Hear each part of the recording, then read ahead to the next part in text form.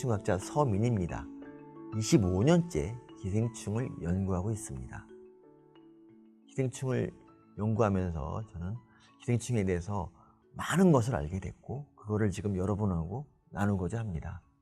여러분들은 기생충을 미워하시죠? 아마 굉장히 미워하실 겁니다. 그리고 기생충이 백해무익하고 아무런 쓸모도 없는 그런 존재라고 생각하고 계실 겁니다. 하지만 그렇지 않습니다. 기생충은요, 3억 년 동안 존재했던 아주 생명력이 끈질긴 생명체입니다. 3억 년 전이라는 것을 언제 알았냐면 3억 년 전에 살던 상어가 변을 봤어요. 근데 그 변이 화석이 돼서 지금까지 그대로 보존이 됐습니다.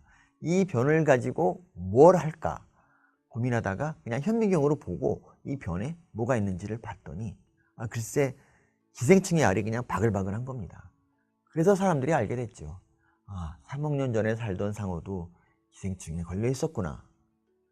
그 3억 년의 시간 동안 많은 생명체가 멸종했습니다. 공룡도 그 중에 하나고요. 하지만 기생충은 3억 년을 살아남았고 지금도 성공적으로 살아가고 있습니다. 여러분들은 이 사람에서 기생충이 없으니까 이제 기생충 멸종한 거 아니야? 라고 생각하지만 그렇지 않습니다.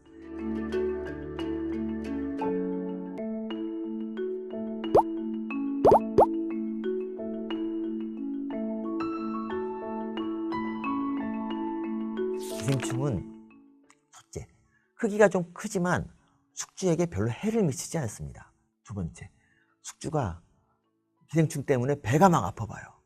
그래서 밥을 한 끼도 안 먹어요. 그럼 그 안에 있던 기생충도 쫄쫄 굶어야 됩니다. 그래서 기생충이 손해죠. 세 번째로, 기생충은 목표가 자손의 번식입니다. 짝짓기를 하고 자손을 낳고 자손을 많이 낳는 게 목표죠. 그래서 기생충은 웬만하면 숙주를 건드리지 않고요.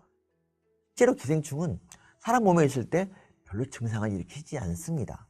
혹시 있어봤자 아주 가벼운 증상. 예를 들면 엉덩이가 가렵다는 이런 거 정도입니다. 엉덩이가 가려움을 일으키는 거는 요충인데 이 요충은 엉덩이를 가렵게 할 이유가 있어요. 왜냐하면 걔네들은 항문 주위에 알을 싸거든요. 그럼 그 알을 사람이 손으로 긁을 때 알이 손에 묻고 그 손으로 과자를 먹을 때 그러니까 이런 식으로 알이 입으로 전해져야 그 자손들이 새로운 생명을 얻게 되지 않습니까? 근데 여러분 생각해 보세요. 항문 긁는 게 그렇게 어려운 건 아니잖아요. 예를 들어 어떤 분 같은 경우는 항문이 가렵다고 해서 구충제를 먹습니다. 항문이 가려운 원인은 물론 요충일 수도 있지만 실제로 요충 때문에 항문이 가려운 확률은 0.1%도 안 됩니다. 항문 가려움의 가장 큰 원인은 뭐냐? 항문을 잘 씻지 않는 거죠. 항문을 잘 씻고 잘 말려주면 그러면 가렵지 않을 수가 있는데 그래도 가려우면 이제 그때 원인을 찾아봐야죠. 이렇게 돼야 되는데 계속 그 기생충 핑계를 대는 겁니다. 어떤 분은 밥을 많이 먹어도 계속 배가 고파요. 기생충이 있나 봐요. 구충제 먹어야 될까요? 이런 질문을 저한테 합니다. 이게 말이 됩니까? 기생충은 먹어봤자 기생충 한 마리가 밥을 한 톨 정도 먹습니다. 지금 10마리가 있다 그래도 10톨 정도밖에 안 먹어요. 자, 10톨 때문에 우리가 배고픕니까? 제가 보기에는 그분은 성장기거나 아니면 갑상선 기능 항진증으로 대사가 너무 빨라서 배가 고픈 것 같아요. 하여튼 매사에 기생충 핑계를 대는 거는 좀 옳지 않고요. 이번에 그런 사건이 있었습니다. 어떤 이제 교육 담당자분이 민중은 개 돼지다 이런 식으로 이제 표현을 한 적이 있어요. 그랬더니 이제 제가 존경하는 소설가 조정래 선생님께서 그럼 너는 기생충이냐? 그러니까 그분은 기생충이 자신이 아는 최고의 욕인 거예요. 이건 옳지 않죠. 기생충이 그분한테 무슨 짓을 했는지 모르지만 욕으로 기생충을 쓰는 건 너무하지 않았나 싶습니다. 어쨌든 이제 기생충이 많이 없어졌지만 사람들은 여전히 기생충을 혐오합니다. 이렇게 계속 기생충을 혐오하다 보니까 어떤 일이 생기냐면 우리 몸 안에 기생충이 있을지도 모른다는 생각으로 막 괴로워합니다. 피부가 조금 가려우면 여기 기생충 있나? 이러면서 막 괴로워하고 그 피부를 뜯어가지고 저한테 막 가져오고 그래서 어떤 분 같은 경우는 피부를 다 뜯어가지고 저한테 이만큼을 가져오고 너무 무서워 생각만 해도 어쨌든 그리고 그런 분들은 자기가 기생충이라는 확신에 차 있기 때문에 제가 어떤 말을 해도 안 믿어요. 예를 들면 이런 대화가 오갑니다. 저 기생충인 것 같아요. 제가 이렇게 말합니다. 제가 보기엔 기생충이 아닙니다. 그럼 그 사람은 저는 기생충 같아요. 그래서 제가 말합니다. 저 기생충은 제가 더 잘 알지 않을까요? 좀 기생충 아니라고 하면 좀 믿으세요. 그러면 그 사람이 이럽니다. 좋아요. 기생충이 아니라는 건 믿을게요. 그러니까 저 구충제 하나만 주세요. 이런 식의 대화가 막 1시간 넘게 가기도 하고요. 그러니까 이러다 보면은 자기 일상생활에 지장을 초래해서 정말 병원 치료를 받아야 되는 그런 경우까지 있습니다. 뭐 어떤 분은 저한테 귀에서 기생충이 있다고 이제 동영상으로 찍어서 보내왔습니다. 15분짜리였는데 10분을 보는데 기생충이 없어요.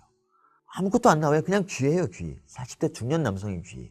그래서 제가 다시 전화했어요. 제가 거기를 몇 번이나 돌려봤는데 기생충 없는데요. 그랬더니 그분이 이러는 거예요. 너무 빨리 움직여서 안 보일 수가 있어요. 제가 몇 번을 느리게 봐도 없습니다. 이런 게 바로 기생충 망상증이라고 기생충이 몸 안에 있다는 생각으로 괴로워하는 겁니다. 또 어떤 분은 항문에 있는 기생충과 눈이 마주쳤대요. 이건 말도 안 됩니다. 기생충은 눈이 없거든요. 근데 이런 분들이 계속 그렇게 기생충 때문에 이렇게 괴로워하니까 저도 참 마음이 아프긴 한데 이런 게 너무 자기 확신이 강해서 치료약이 없습니다. 우리가 이번 시간에 배워야 될 것은 이 기생충의 전략입니다. 그러니까 대부분의 기생충은 숙주와 아주 잘 지낸다. 그러니까 별다른 증상을 유발하지 않고 너무 잘 공존한다는 거. 이게 바로 기생충의 롱런 비결이고요. 그렇다면 인간도 우리 지구의 기생충이라고 할 수 있지 않습니까? 어떻게 보면은. 그럼 인간도 지구하고 좀 잘 지내야 되는데 우리 인간은 끊임없이 지구 환경을 파괴하고 있습니다.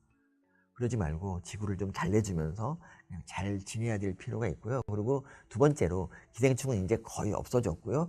있더라도 뭐 그렇게 큰 해가 없으니까 너무 기생충으로 괴로워하지 마십시오. 마지막으로 드릴 말씀. 봄, 가을로 구충제 먹을 필요 없습니다. 절대 그럴 필요 없고요. 저도 구충제 안 먹고 벌써 몇십 년째 살고 있습니다. 여러분 기생충 없이 건강하시고 기생충을 좀 사랑해 주십시오.